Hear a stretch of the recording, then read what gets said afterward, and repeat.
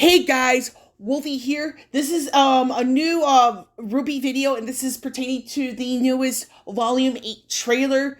So a few things here there before I get into the meat of the video. First and foremost, the usual disclaimer: any opinion in this video is my opinion and my opinion only. Second, a warning: there are quite a bit of spoilers based on the trailer itself, so you are forewarned. Third, the trailer is from the IGN YouTube page, so I'll have a link to that in the description below. Fourth, I will be addressing some of the comments I've noticed on the particular IGN page, so that way you guys get to see where I'm going with this. Finally, you guys know the drill.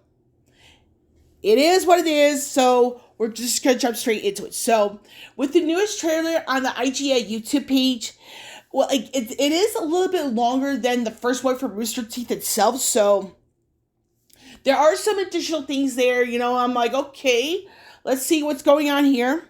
So there is a little bit more dialogue with Salem pertaining to when she shows the relic, like, to one of the Grimm, and she says the words, "Bring him to me." So we do know that she is seeking a male individual.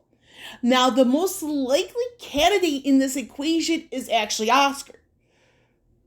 And the reason why Oscar becomes the big target here is because of the whole thing, him being, tied to Ozma, Ozpin, that sort of thing. So we do know that based on that line alone, that Oscar likely becomes the biggest target. The one that Salem is interested in. Now, we also know that Salem gets the relic from Cinder. But the question comes down to Cinder's loyalty to Salem. Because the whole thing with Cinder somehow getting the relic from Oscar, which RWBY gave him the relic in Volume 7, so we do know a few things here and there in that regard. But the question comes down to Salem and a sense of Cinder's loyalty.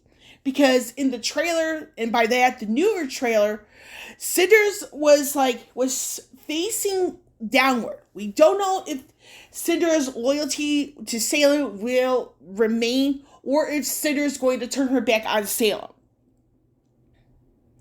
Now, and the reason why I say this is because we do know that in an earlier volume, I forgot if it was about Volume 4 or Volume 5, that Salem mentioned to Cinder that you gotta be careful with people with silver eyes, because Salem could only provide so much to help Cinder.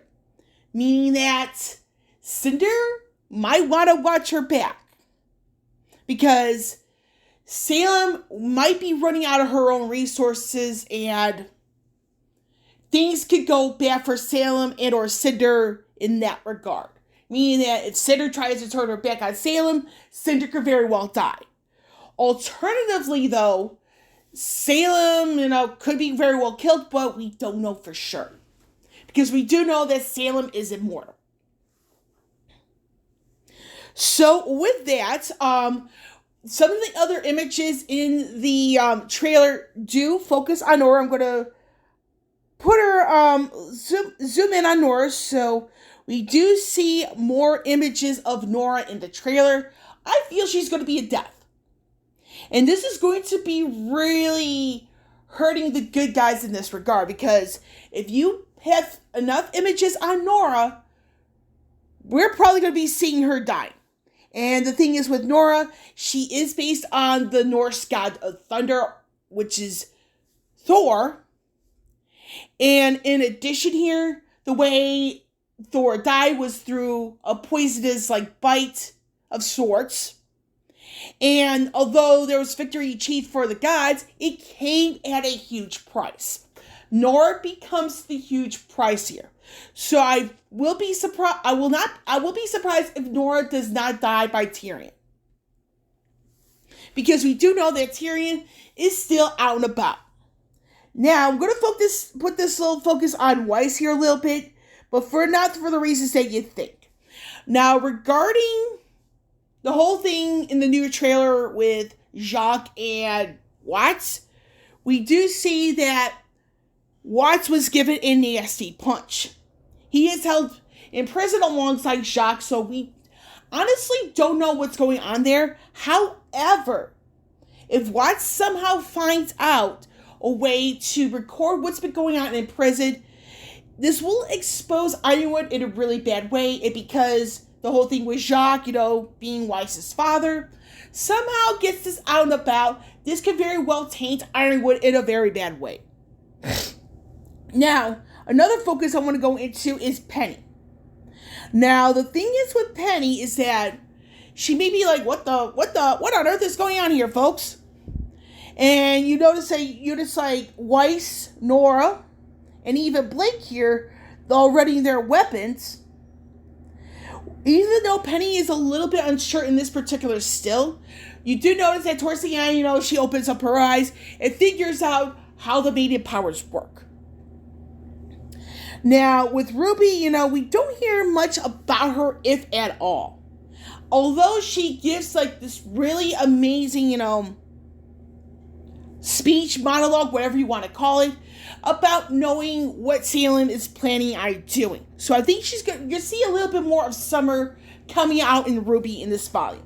We just don't know exactly the how or when. Now, I'm going to focus a little bit on Blake here because of Yang, because the whole thing with the IGN, some of the IGN comments you were mentioning about Blake and Yang, and the whole thing with some of the Twitter threads from my previous video on the matter. And some people saying, Bumblebee's going to have a kiss. Now, I do want to point out something from Volume 7, and the whole thing, the dialogue between Nora and Ren. Because we do know that Nora was asking Ren about Blake and Yang, and then the reply from Ren came along of the lines of, one's not going to reciprocate the other's feelings. Something along those lines.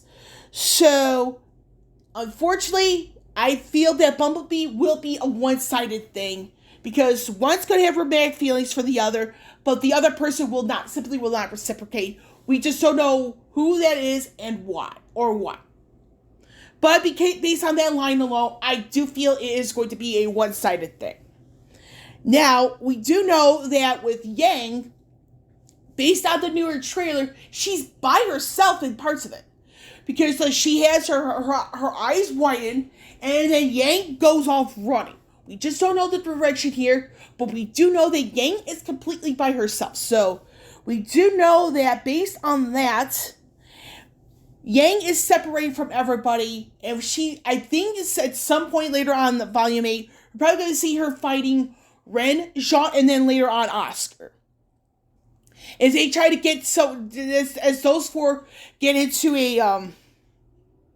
try to get themselves into a safe place. So, with that, we do see a big-time separation, that sort of thing, and the whole thing I do want to address here is the whole thing, some of the comments I know it's on IGN. I do feel that some people are still blindly defending something that, we may not know much more of beyond Volume 9. Now, the reason why I word it like this is because we do know that Volume 9, as I speak, is being, recorded and sent to the lines, all that stuff. We have nothing confirmed beyond Volume 9. Now, with some of the recent controversies surrounding Rooster Teeth, Volume 9 might be the last under the Rooster Teeth name by themselves, because certain other things have gone on between AT&T and Time Warner that could have RWBY beyond Volume 9 up in the air. And it's something I didn't want to see, but due to some of the recent controversies, I do feel that this is going to happen at some point, just not like this. And the thing is with some of the comments I noticed on the IGN page, it's just that some of them are still blindly defending some of the decisions. Meaning that the inconsistent writing, Volume 7, for example, was a bit scatterbrained at certain points. Meaning that the whole thing with Weiss's mother. And then, something I just noticed here just now, now that I'm thinking about it, I noticed that Weiss had a small smile on her face. And I'm not so sure why that is, but I get to start questioning that now. But that will be an entirely different video.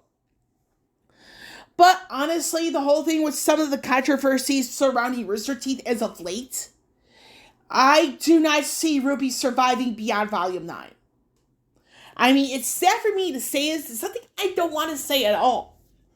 But when you have inconsistencies in the writing and some aspects of the fandom putting others down just because they don't agree with the ship or whatever, it doesn't, I simply just cannot see the show surviving under Rooster Teeth as a standalone beyond Volume 9. I really just cannot see it. And a large part of this is due to some of the recent controversies. And with some of the comments, being blind defense of everything, it just really doesn't, I just can't see the show surviving for much longer. But it is what it is at the end of the day. But to do a super quick recap of what I think is going to happen for the Volume 8, with the extended trailer, I do feel that Oscar is going to be a big person of interest. And the fact there's nothing about Winter, her fate is still up in the air. We do know that over the course of the volume is going to be 1 to 2 days. So I do feel there's going to be a lot of changes in perspective, by perspective point of view. Meaning that Yang sees something, her eyes widen, and she runs off, somehow finds Ren, Jean, and then Oscar. And then at the same time, you have here Blake, Nora, Weiss, Penny, and RWBY. They're facing off against somebody, we don't know who. And the one thing that kind of does concern me in this particular still, with Weiss having a small smile on her face, so I'm thinking it might be Winter they may be facing against. However, with all that out of the way, I do see Nora dying because despite, we see an involvement of her semblance, she's going to get a surprise strike from Tyrion. She eventually dies. And then I think Penny's probably going to be taking Nora's spot that way. Now, with Bumblebee, I feel it's going to be one-sided, and this is solely based on a particular line, Volume 7, from Ren, saying something along the lines, one's not going to reciprocate the other's feelings. And another hint that kind of backs this up is that where in Volume 7, Blake looks at Yang, but Yang's face was down and away. And I think that we're going to be seeing more of exactly what happened to Summer as well. And we do know that RWBY's going to be becoming more like Summer, but will she be learning from Summer's mistakes? So with that, I do need to get going. And of course, I will have the IGN YouTube video in the description below. So you guys can view the trailer on your own time, and you can watch the comments as well. Because some of the comments there, I have to be completely honest, I have to keep it 100. I had to crunch my teeth. And that's partially because of the people still being blind when defending the show. Now, again, to reiterate, I do feel the show's not going to survive under the Rooster Teeth thing beyond Volume 9. And that's just how I feel because, honestly, the recent controversies are going to be too big for AT&T and Time Warner to ignore. So that's that on that. With Wolvie here signing off, I will catch you all on the flip side.